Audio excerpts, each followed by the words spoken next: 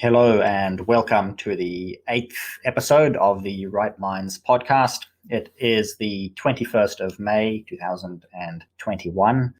I'm joined again by Origen this evening, and we will continue the discussion that we started in the previous episode, where we largely discussed the Christchurch mosque shooting report from the Royal Commission, and also elements that they discussed are around replacement migration. And we were just moving into the next section, talking a little bit about what the Royal Commission report focuses on in terms of what it categorizes as radical right-wing, extreme right-wing.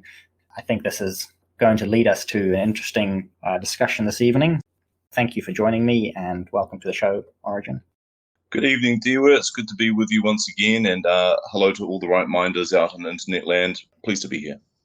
The Royal Commission report focuses quite a bit on Christianity and Islam, or at least sort of the West versus Islam, and that's noticeably absent from any of these discussions, I guess, is Christianity in any detail, because Brenton Tarrant himself, I guess, denounced Christianity, or I don't remember there being much discussion about his views on Christianity anywhere. No, he did mention in his manifesto that he would know when he got there. That was about it. He didn't really touch on Christianity. Yeah, right. In too much depth. Classical, modern sort of nihilistic, agnostic outlook. Yeah. So one of the things that happened since we recorded the previous episode is that there was the leader of an Australian neo-Nazi group was arrested on suspected terrorism charges. Don't know very many details. As far as I can tell, there aren't that many details about it. I discussed this briefly with Tim on Trad Tasman Talk, but other than being surprised at the size of this group, we didn't really go into detail. There appear to be at least a few dozen of them. But you then mentioned to me afterwards that you had noticed a lot of pagan elements in these photographs that they put up, and that sort of rung a little bell for me, remembering obviously Brenton Tarrant was a lot into paganism, and there have been a few other news items in New Zealand that there's a lot of the progressive movement also into paganism or neopaganism. Yeah, so I've termed it the neopaganism movement. What I have seen when I've looked into some of these chat groups and some of these sites, they are very anti-Christianity, very anti any Abrahamic-based religion. There's lots of references to sun worship, like being strong and proud and hailing the sun, and they will salute the sun, and they have all the iconography to go with it. I'm not sure if I'm saying this correctly, Sonnenbrand. I don't have it written in front of me. I was going from memory. The Sonnenbrand, which is that crazy sort of black sun type symbol. So it's definitely a return to a form of sun worship, and they talk a lot about purification, and I suppose it comes out in their language with, keeping the white race pure, whatever that means. Personally, that's a term I reject. So they're very, very focused on keeping this white race pure and unsullied, and in a way, I suppose, they are trying to draw strength from the purification elements of the sun, which it's very pagan. It's extremely pagan. And this is not unique to any kind of neo-Nazi or eco-fascist movement. This is something I believe you've noted in local groups here as well. Sort of, I guess, any kind of ethnic nationalist group focuses on racial purity and not mixing with outsiders. Yeah, definitely. As the focus draws more and more onto the differences, you will have amalgamation of the various groups into their own separate entities.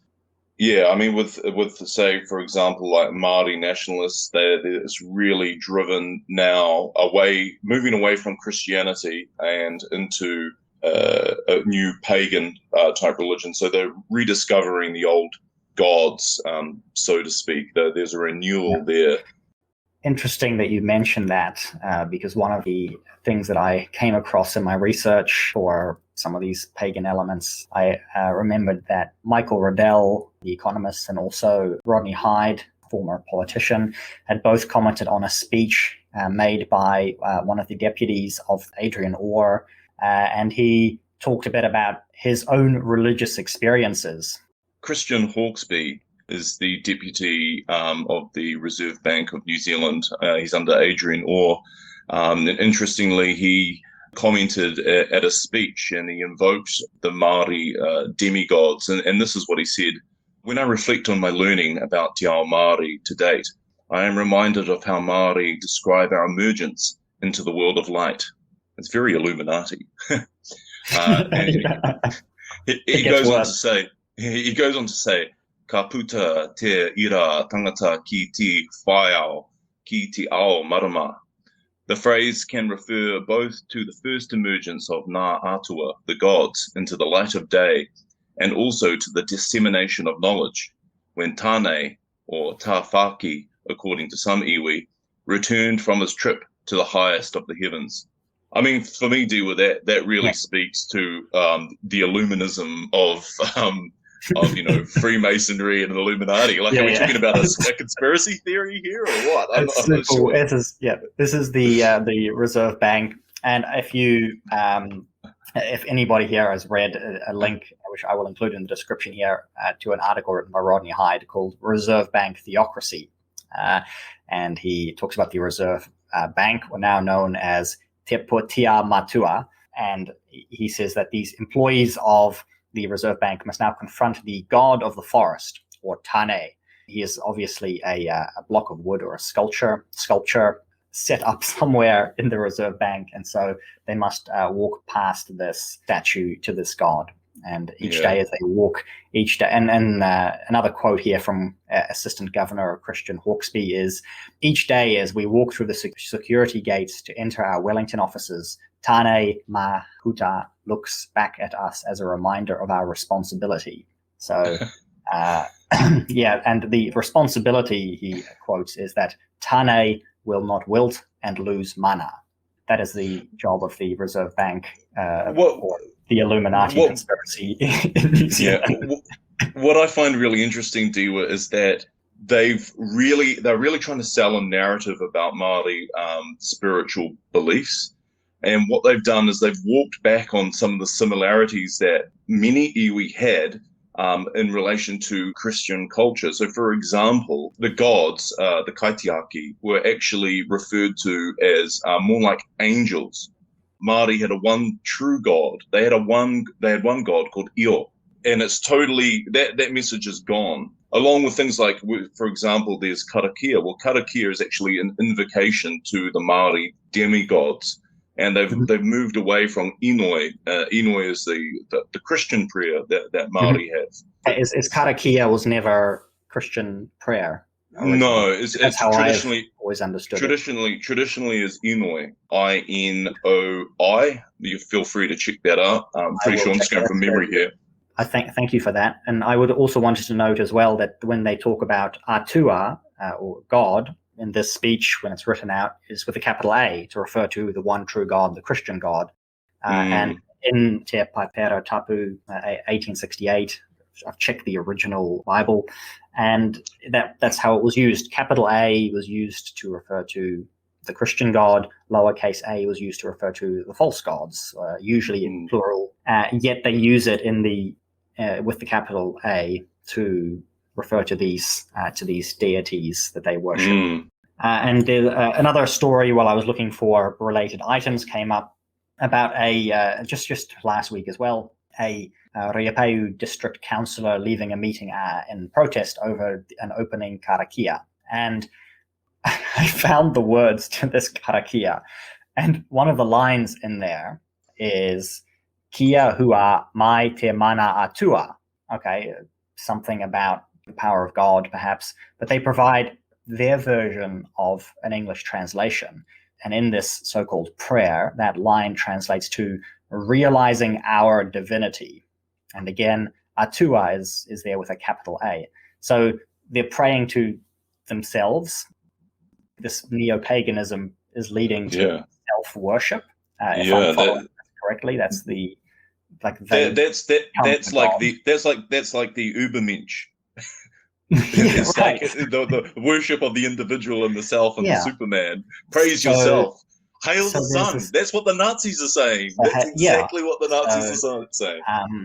I don't know where this will go, but that's what we're seeing, a very strange crossover where some of these neo-Nazi and eco-fascist groups are, at least the symbolism they use in their worship, as it is, as you might call it, is strangely identical to what neo-pagan progressives also use in their worship. So what kind of strange crossover is happening here? And I guess the overarching narrative, again, is about a post-Christian world order and like who gets to run the post-Christian world order. Yeah. I mean, there could be an argument to say, like when you talk about the light that the Deputy Reserve Bank Governor was saying, the light and that worship of the light, and then we have the Nazis with their sun worship and the strength from the sun, which is also a form of light. Well, Jesus is the light of the world, so we may have some criticism about that. But the difference is that with Christ, we have his example of self-sacrifice and not the sacrifice and separation of others. In Christianity, we have the bringing together and not the purification by fiery heat of the sun. That's right. And Christ is also referred to as the Son of Righteousness alongside the light of the world. So these are all titles that he claims for himself that is really, and that's why that's what this is. This is about replacing Christ, replacing Christianity, which backs up my statements that I've made over many years around how nature abhors a vacuum, and the idea of this sort of the secular atheistic society just doesn't last, right? It lived for a generation. Yeah. And that's how wrong are they now? How wrong are they now? Right. That's right. They mocked Christianity and look at what, and this is, to me, this is the big story. Like this is the next 10, 20, 30 years. You can argue about like, the budget that was announced today has got, $900 million for this cause that you might not like. Like it's not about economics anymore, right? The money is just numbers that they can print out. What's feeding this new ideology behind the scenes is that's where the real story is. That's where the real focus should be, and that's where the real danger to society is going to come from. Yeah, exactly. And I guess to bring this back to the Christchurch report and so on, this idea of this clash of civilizations between East and West, Christianity, Islam, is actually not real. Even I used to believe up until a few years ago that like Islam perhaps was the greatest threat facing the West, but actually the greatest threat facing the West came from within the West. And absolutely. We ended up in a false binary that is being shattered as we speak. I write these stories we're discussing about paganism from this past week. And as you destabilize the center of the culture, and that is 100% Christianity, Christendom in the West, as it should be referred to, Christendom, you have to make a distraction. And the distraction, the perfect foil for that has been Islam. The enemy is within, and we should focus our attentions on them. And we have far more similarities with our Muslim brothers and sisters. Just in terms of our moral values and our conservatism and our modesty, As far as conservatism goes, certainly in my discussions with Muslims and so on, and the ones who read Right Minds, who listen to the podcasts, always get nice messages from them saying how much they appreciate a conservative voice. We share these traditional values, and I only realized later how a lot of what these Western progressive movements are doing is to undermine Islamic traditionalism. They're doing the same to us. They're undermining Christian traditionalism too. This was going to lead into our next topic, conflict in the Middle East, Israel, Palestine, Islam there. And I was going to mention something else that was missing from the Royal Commission report, but we've spent enough time on the missing element of paganism this episode. We're going to leave the other mysterious missing link until next week, I believe. Otherwise, this episode will be too long. So I'm going to leave everybody hanging, and unless something big comes up next week, I believe that this will be quite relevant next week anyway. So thank you very much for joining me on this episode.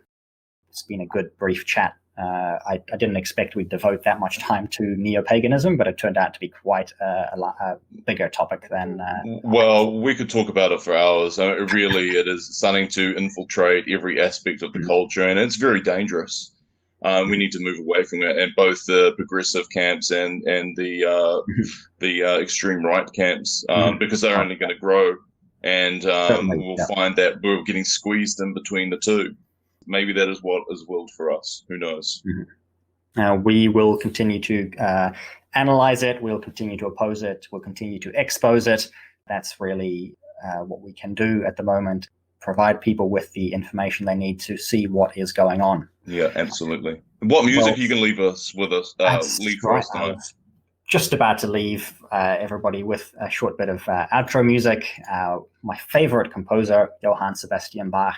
Recently, the Netherlands Bach Society had uploaded a recording of his Sonata No. 6 in G major.